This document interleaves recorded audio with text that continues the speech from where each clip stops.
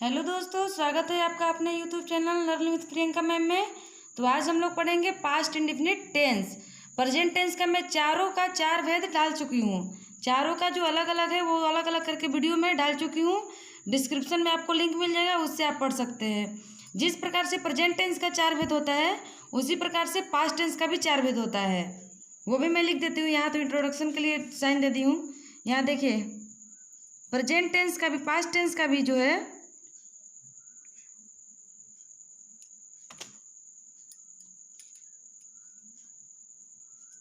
how many kinds of past tense, ठीक है, name them. यानी कि पास्ट टेंस कितने प्रकार के होते हैं? तो पास्ट टेंस हम लोग का चार प्रकार का होता है। There are 4 kinds of past tense. पहला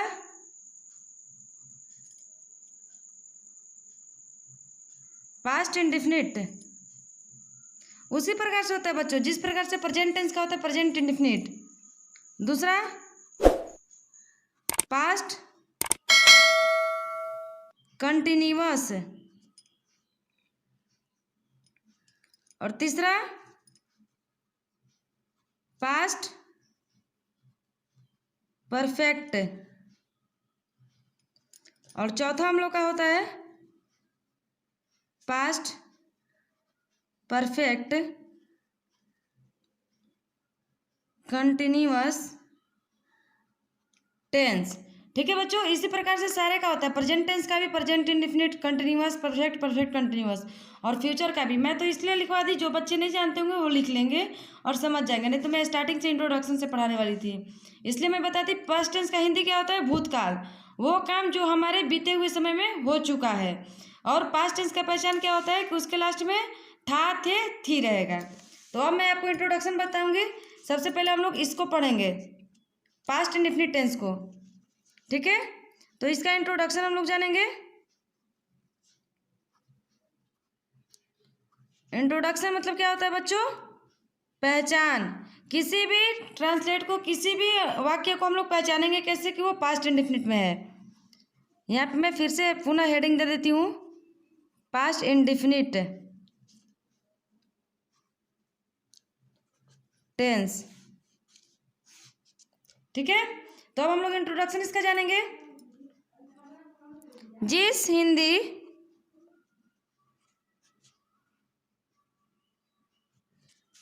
वाक्य के क्रिया के अंत में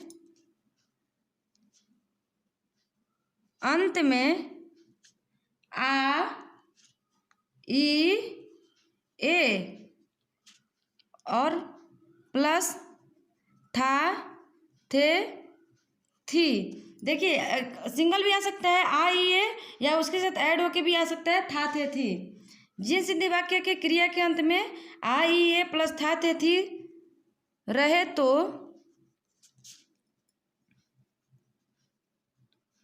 उसका अनुवाद यानी उसका ट्रांसलेट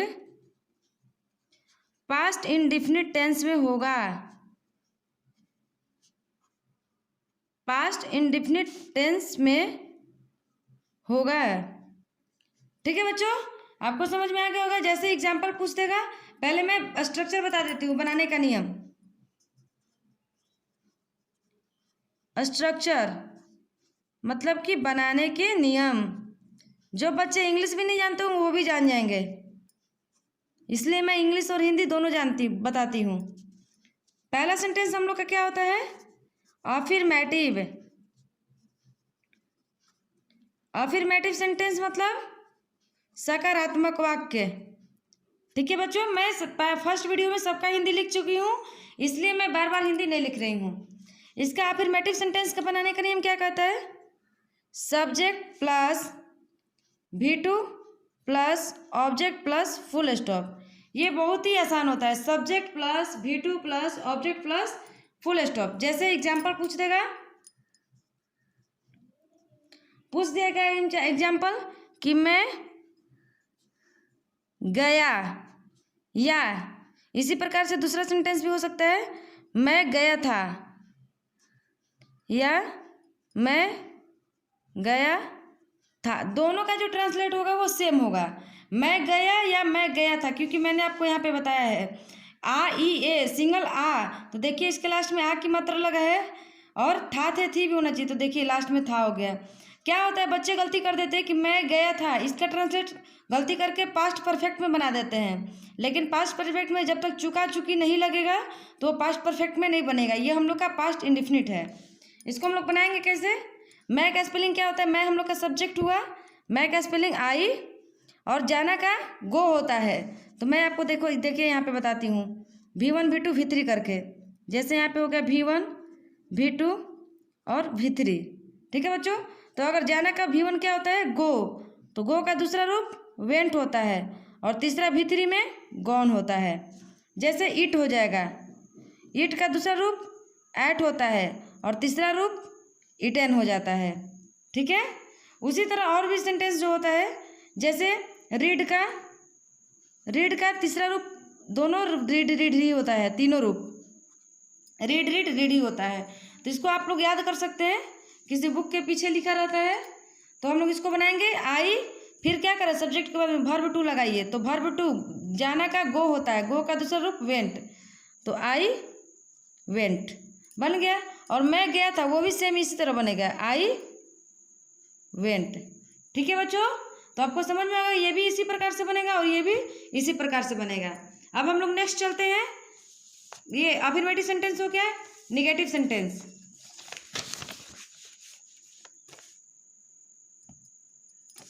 दूसरा हम लोग पढ़ेंगे क्या,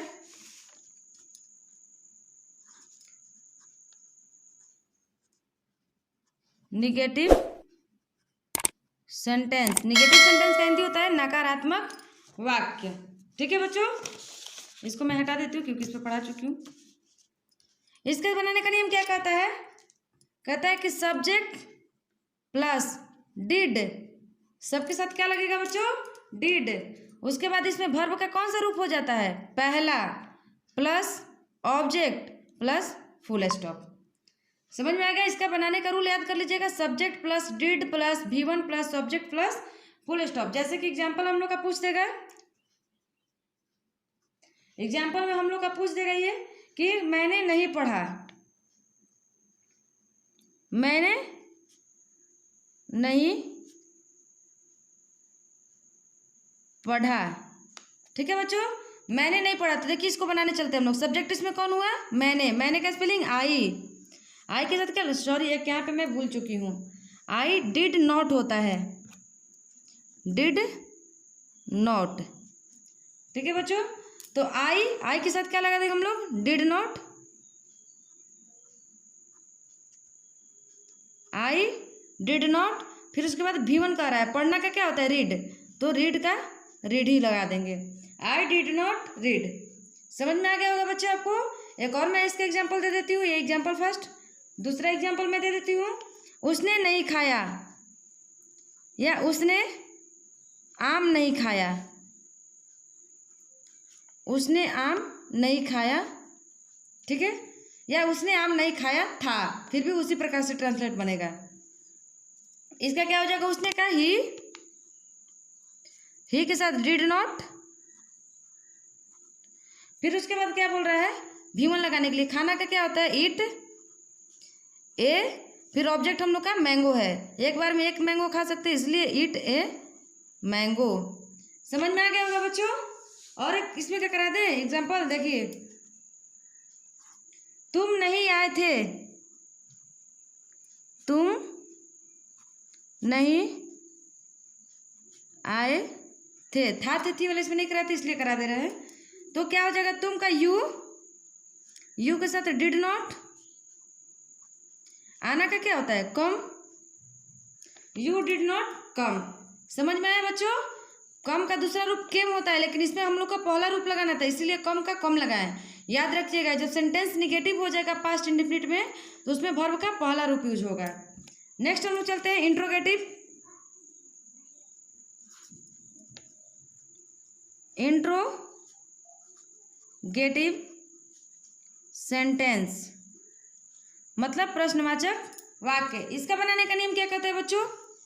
पहले did plus subject plus V1 plus object plus question marks.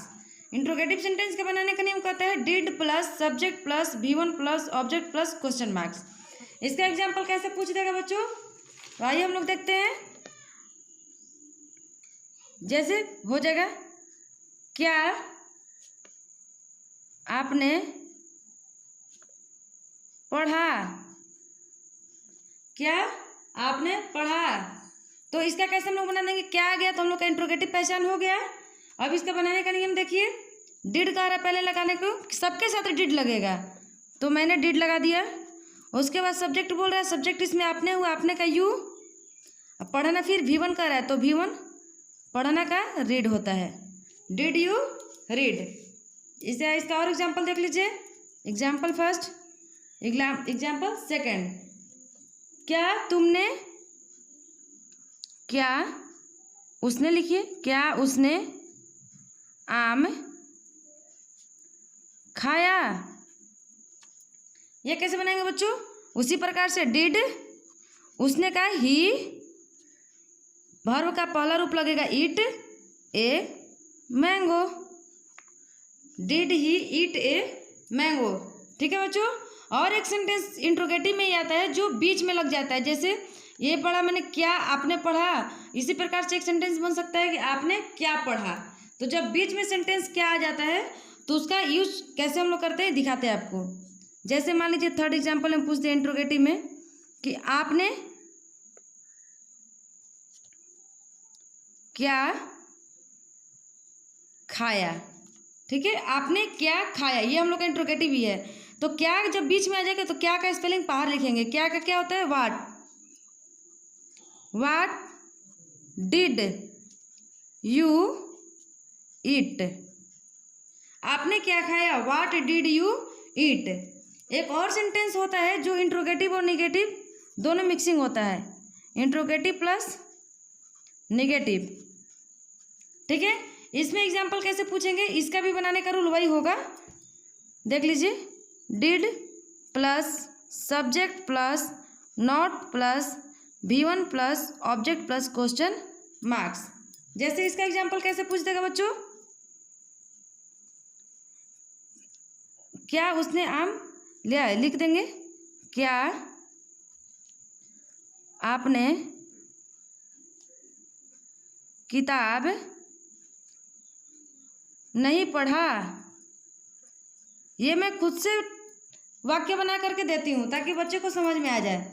क्या आपने किताब नहीं पढ़ा, तो देखिए क्या भी आ गया और नहीं भी आ गया। तो पहले हम डिड लगाएंगे क्योंकि सबके साथ डिड लगता है, डिड आपने का यू, फिर उसके बाद क्या बोल रहा है? नॉट, फिर V1।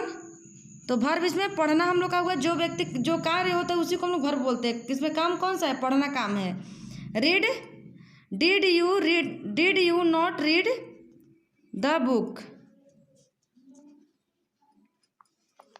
कह रहा है कि क्या आपने किताब नहीं पढ़ा, did you not read the book. ठीक है बच्चों, यहाँ तक आपको समझ में आ गया होगा।